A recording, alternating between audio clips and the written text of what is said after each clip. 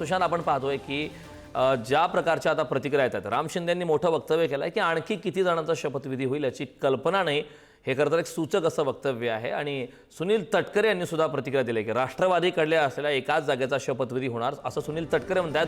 दोघांची वक्तव्य वेगवेगळे आहेत, काय सांगशील यावरून सविस्तर? किती जणांचा शपथविधी होणार अशी चर्चा रंगली होती।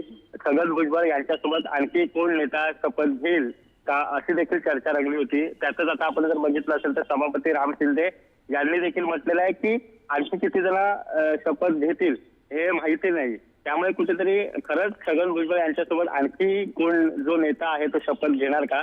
कारण आपण बघितलं असेल तर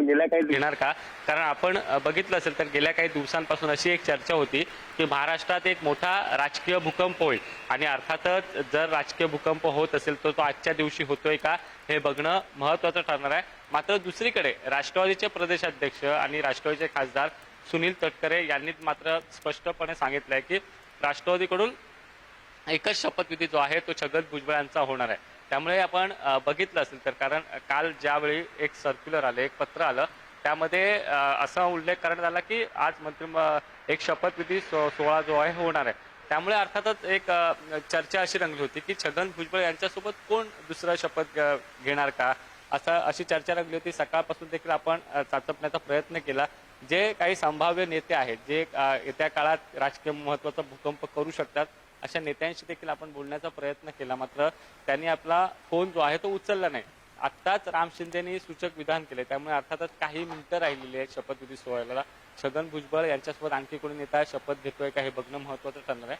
मात्र या चर्चा आहेत सध्या तरी, आणि राम शिंदे यांनी जे विधान केलंय त्यामुळे आता या चर्चांना कारण आणखी उधाण आलेलं आहे। अर्थात आता काही मिनिटं राहिली आहेत, राज्याचे मुख्यमंत्री देवेंद्र फडणवीस या ठिकाणी येतील, उपमुख्यमंत्री एकनाथ शिंदे, उपमुख्यमंत्री अजित पवार या ठिकाणी आल्यानंतर शपथविधी सोहळा जो आहे तो पार पडेल।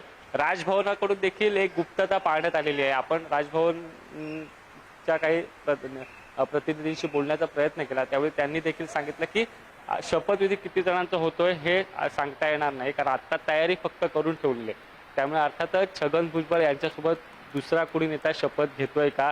जर या नेत्याने दुसऱ्या शपथ घेतली तर खरंच महाराष्ट्राच्या राजकारणात हा राजकीय मोठा भूकंप म्हणावा लागेल।